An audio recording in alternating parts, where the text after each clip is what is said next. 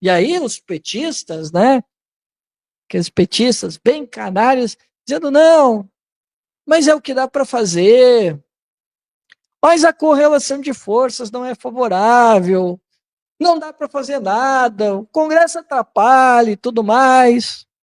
Né? Aquelas desculpas que a gente conhece. Não, mas o Lula está tentando, ele está fazendo o que é possível, não dá para mobilizar na rua, porque senão a extrema-direita vai capitular e aí eles vão tomar conta do movimento, isso vai virar um grande problema para o governo.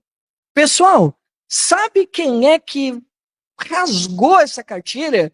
Que vai lá e diz assim, ó, eu tô rasgando essa porcaria, que isso não existe. Não existe um governo sem intenções. E o governo Lula está sendo totalmente covarde, não provocar, não escolher as suas lutas. Mas existe um governo aqui na América Latina, num país vizinho ao nosso, com uma correlação de forças totalmente desfavorável, muito pior do que a nossa. Mas nós temos um presidente que não se acovarda, que ele sabe das condições em que ele governa, ele sabe as condições que o imperialismo coloca, e mesmo assim, dentro dos limites da ordem burguesa, ele sabe as lutas que ele tem que comprar. Eu estou falando de Gustavo Petro, presidente da Colômbia, né, que teve mais uma vitória, né, uma vitória importantíssima conquistada pelo presidente Gustavo Petro, né, que agora está aí tentando caminhar, né, para um SUS para a Colômbia, tá? Ele está tentando mudar o sistema de saúde na Colômbia. E ele ganhou, né, com uma votação bastante expressiva, mesmo tendo a oposição como maioria. E eu vou dizer mais, pessoal. Sabe o que esse cara fez? Isso foi há 4 dias. Há 4 dias. Há 4 dias. Ele convocou o povo para um referendo. Um referendo, pessoal. Mobilização nacional. Vocês sabem o que é isso? Mobilização nacional. Sem medo, pessoal. Sem medo de capitular, de extrema-direita, de fascista. Não. O presidente Gustavo Petro mobilizou.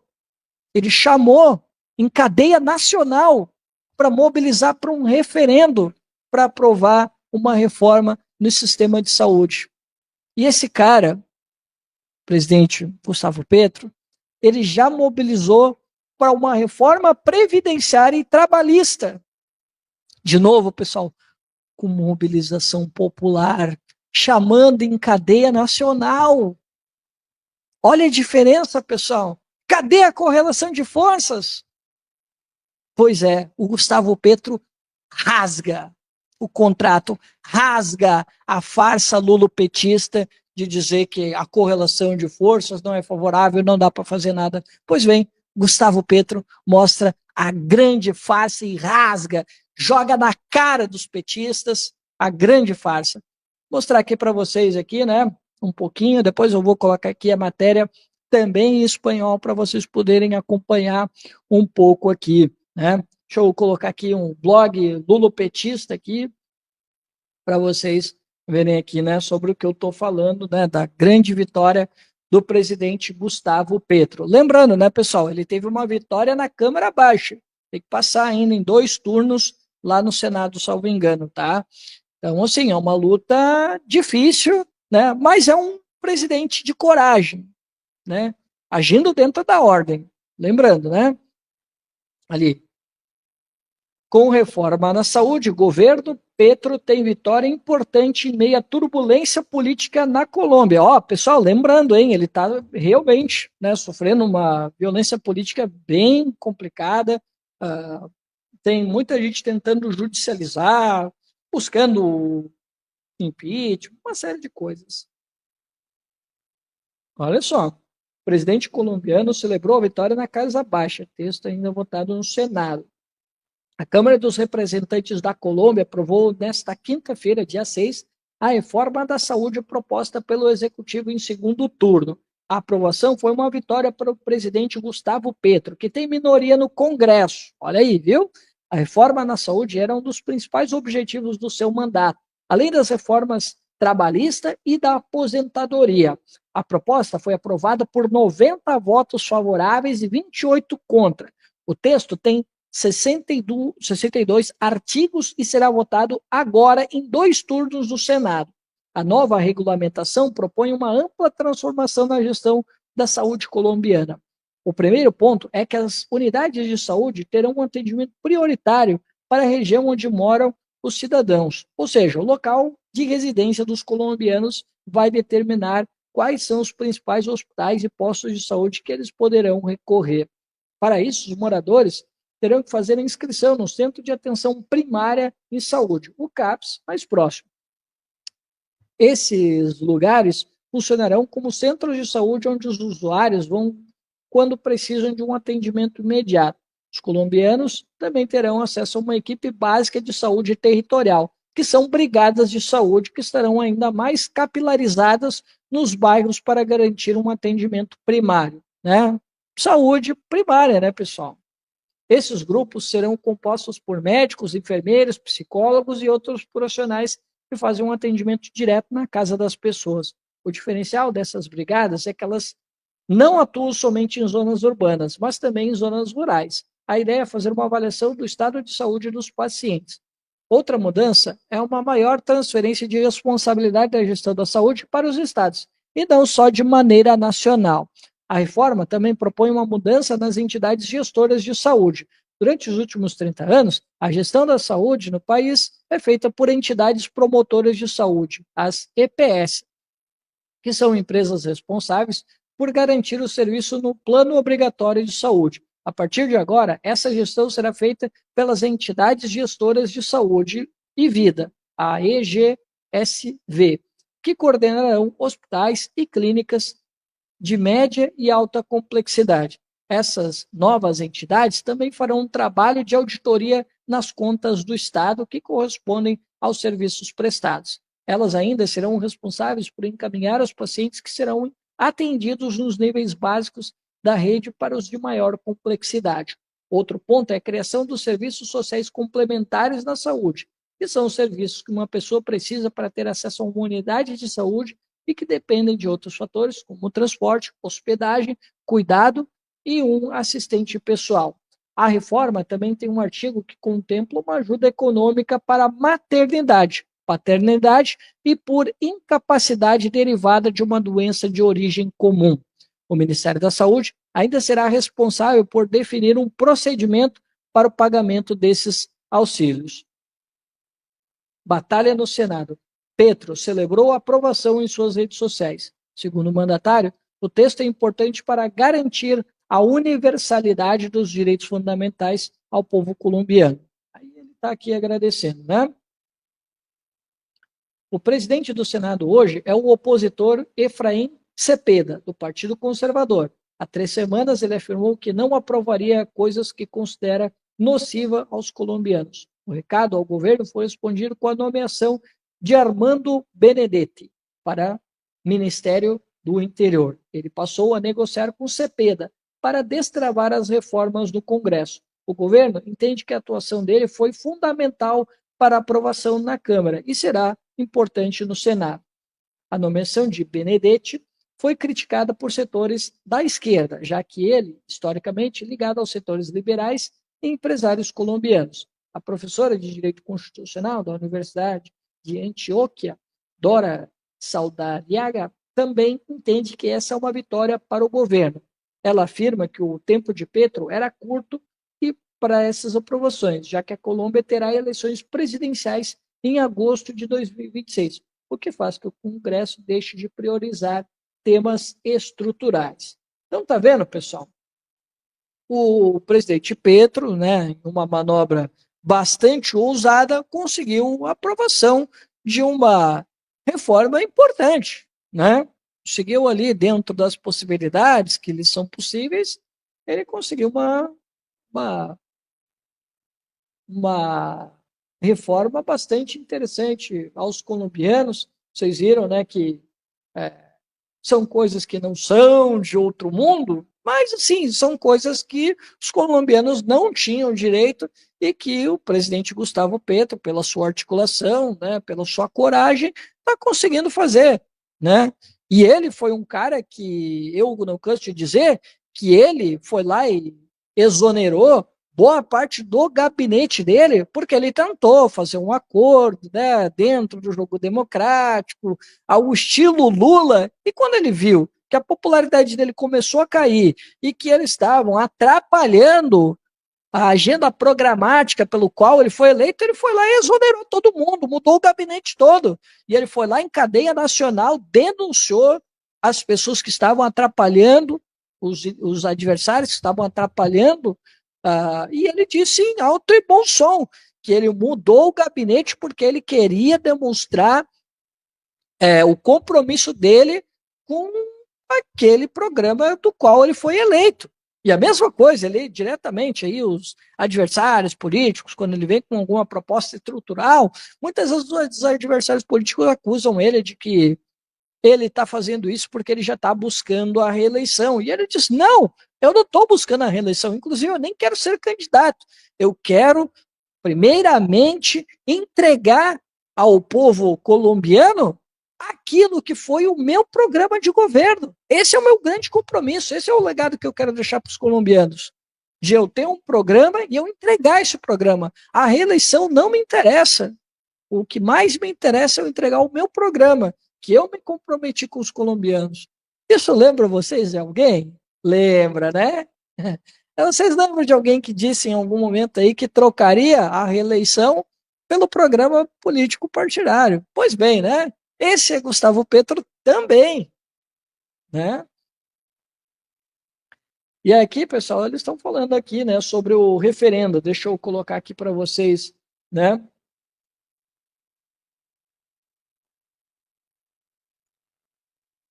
Olha lá.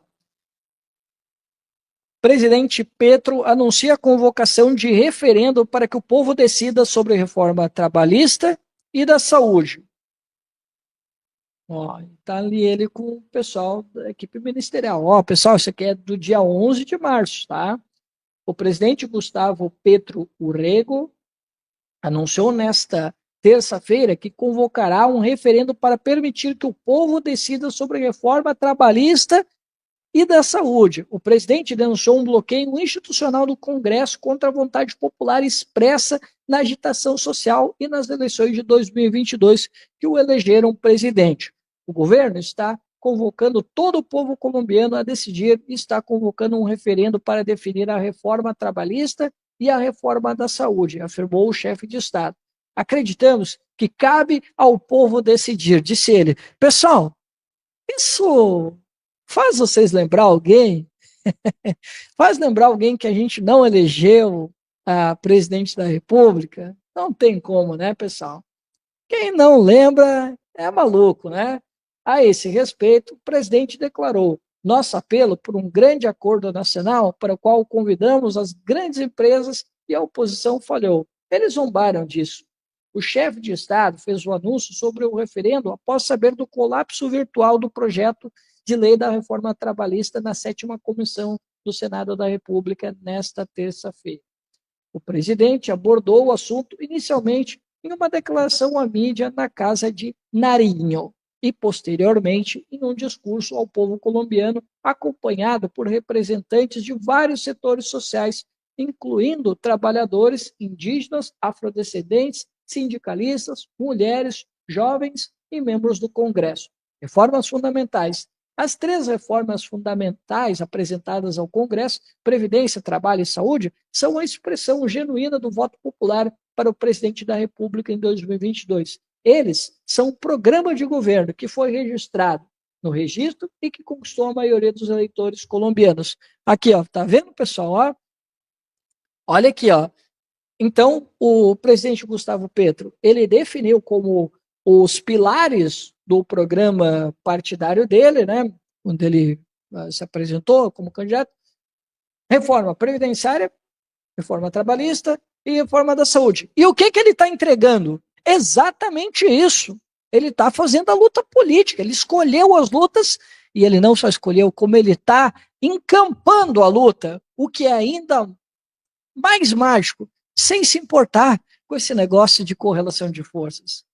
No mesmo contexto, ele afirmou que este programa de governo não foi um capricho do presidente ou uma digressão ideológica, mas sim a essência de que o povo exigiu durante a revolta social de 2021 e depois nas urnas em 2022.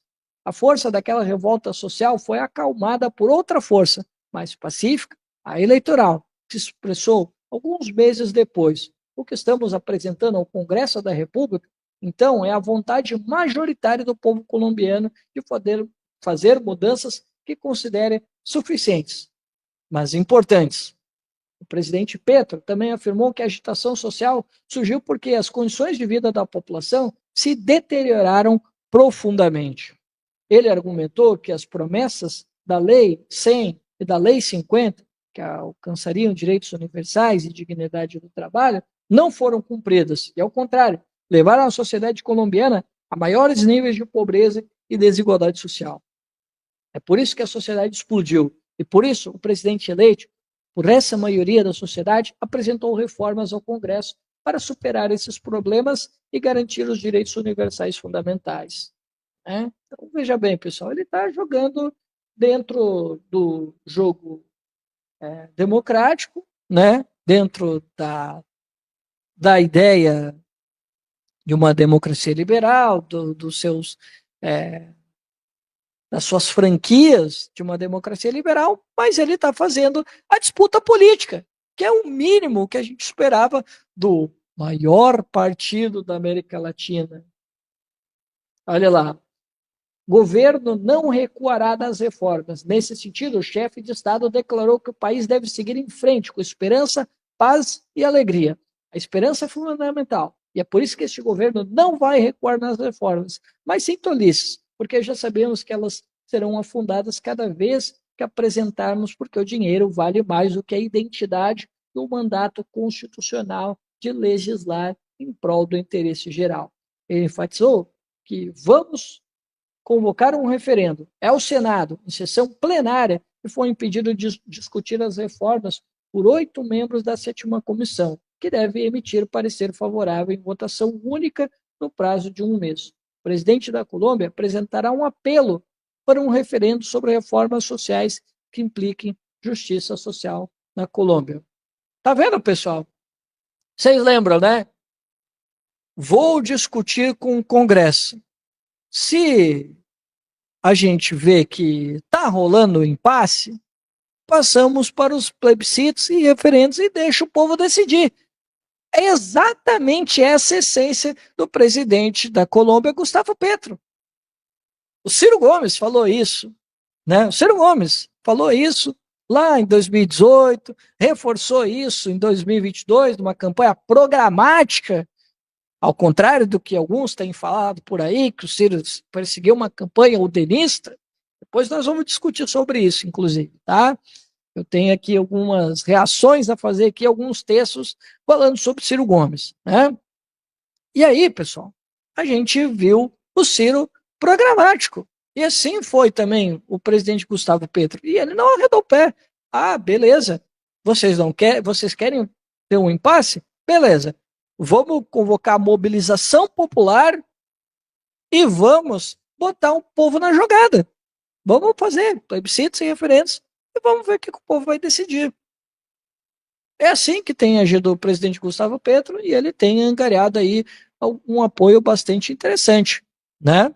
Então, pessoal, esqueça essa ideia de que não dá para fazer, que a correlação de força não é favorável. Tá aí, ó, Gustavo Petro, onde tem bases militares norte-americanas, onde há uma tradição de colaboração com o imperialismo norte-americano, e onde a correlação de forças, as forças no Congresso, as forças reacionárias, são fortíssimas.